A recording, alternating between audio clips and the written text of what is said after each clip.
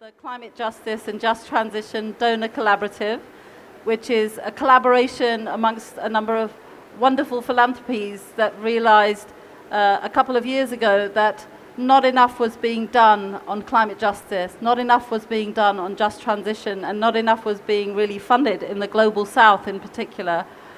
So that's where this initiative came from. You're going to hear from many of those philanthropies shortly. If I could have the slides up in the background, I'll just give you a little bit of a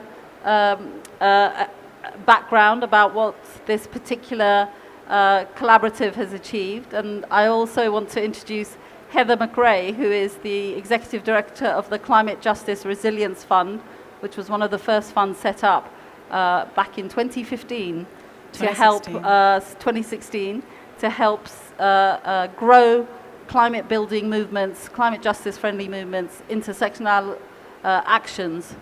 So she will give you a little bit of a chance to get to know our work. So today is really about how philanthropy steps up to support what we know is needed, which is a vast mobilization of societies across the whole world. And philanthropies, as I said, are a key player in many ways. The industry, the finance sector, cities, businesses, they're all pretty well funded to take part and to lead on solutions.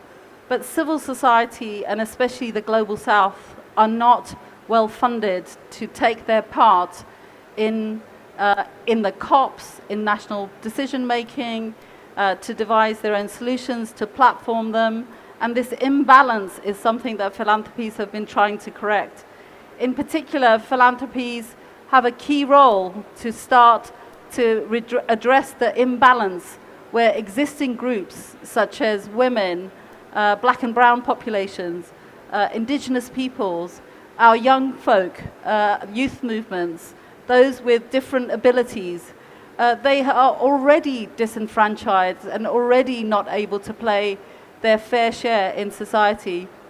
So addressing the systemic inequalities means that we have to take into account that not everyone is at the same starting point, and that's really the fundamentals of both climate justice and just transition.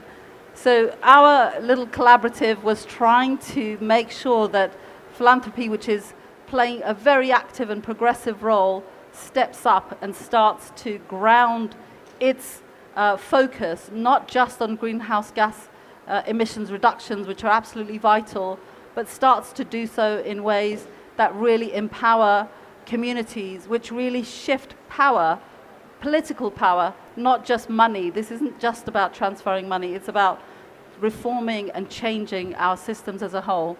So you've got the name of the philanthropies that are supporting this initiative.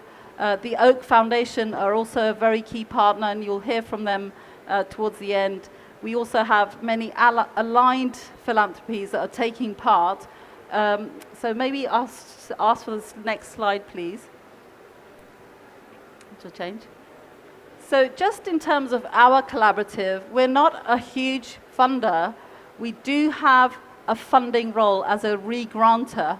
And what we've done is to try and support Global South leaders come to the COPs, for example, and come and start being engaged in the work of better understanding how global philanthropy works, including in the work of the compendium.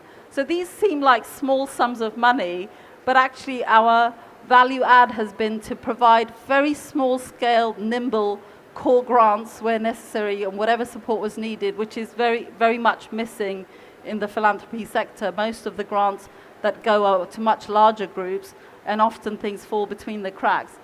And I'm very happy that over the last 2 years, we've had two particularly challenging COPs, COP26 and COP27, where simply getting the Global South to be present was a major set of obstacles. So we've done a lot of work on making sure youth, indigenous leaders, those were the largest grants this last year and this year, are here to take their full part, as well as to lay down a foundation in the work that we're doing, which is, next slide please, which is essentially a set of learning journeys. We've had webinars which have attracted over 1,600 attendees from philanthropy, from civil society, to learn what to do in this sector together. And those webinars are all available on our YouTube channels, and they've been discussing how do we shift power and resources in ways that really compel and drive action forward. I think I'll pass. So we're going to also, the other component of our work is to change the practices of philanthropy. And changing that, we've developed a landscape and mapping tool which we call the Compendium. It's quite a nerdy exercise, and it tries to highlight organizations and resources that are already available doing amazing work on climate justice, doing amazing work on the just transition. So that is going to become available very soon. You'll hear about it later on in this session. And the reason that we have that work is so many people don't know how to access funding. They don't know who's doing what from the funder side. There's always a lot of consultancies and gatekeeping to try and find out who's doing what. And for us, the idea is to have a compendium which is available and accessible to all. And as I said, you'll hear a little bit about the progress of that, and we'll launch that later. But let me turn now to Heather, who is in fact been a marvelous champion of this work and herself been very, very supportive and pulled this collaboration together. So over to you, Heather. Thank you, Farhana. My name is Heather McGray, and I'm the director of the Climate Justice Resilience Fund. We are a fund that pools philanthropic funding to make grants in support of work on climate justice. We support women and youth and Indigenous peoples specifically all over the world to build and scale their own solutions for climate action. Farhana mentioned one of the functions of the collaborative, and that really is to change how philanthropy works. And we're really proud to have been the entity that catalyzed the creation of the collaborative. We're actually in a bit of a just transition ourselves as a philanthropic fund in terms of how we work. And just announced on Saturday is a brand new board for our fund. Up until now, as the director of the fund, I've reported to representatives of the foundations that have pooled funds within the CJRF. And we've taken the decision to shift accountability as a philanthropic fund to become more accountable to the activists and the practitioners that we serve. So the new board that we have just announced is comprised of activists and practitioners from all over the world. We have representatives from 8 different countries. We have Indigenous women like Helen Magata, who works for a global Indigenous network called Tebteba and has become a real champion for Indigenous rights within the Green Climate Fund and other climate finance. We also have a very grassroots activist from the Democratic Republic of Congo, Samuel Yagase, who's been working very closely with his community to change how funding works for them, to galvanize funding from a very small rural forest community to address the challenges that they see and that they need, and to build power in order to redirect funding coming from outside to better support how their organizations work.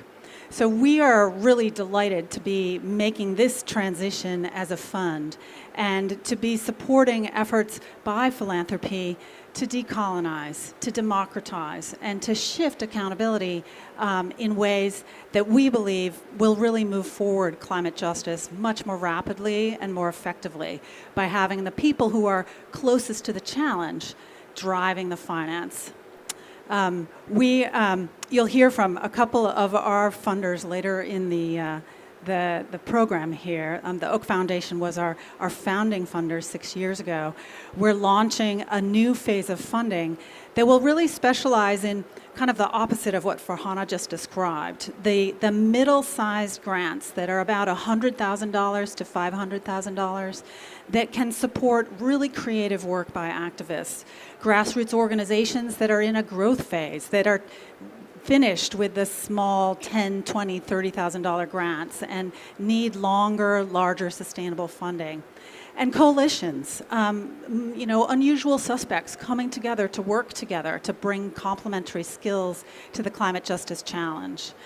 We're aspiring to make longer-term grants, 3 to 5 year grants, not the grant-by-grant, year-by-year funding that many organizations have had to contend with. And we're working on not only shifting our accountability and our governance, but the way we work as well, and the way that grant decision-making gets made, who gets engaged in it. In addition to our board, we're reaching out and exploring a number of different structures, including, for example, the recent creation of a youth grant-making council with the Loss and Damage Youth Coalition, who are going to announce some of their grants in partnership with us later this week. So there's a lot of exciting things happening, a lot of ways philanthropy can evolve as part of a just transition, and I'm happy to talk with people about it afterwards. Thank you, Heather. Yeah.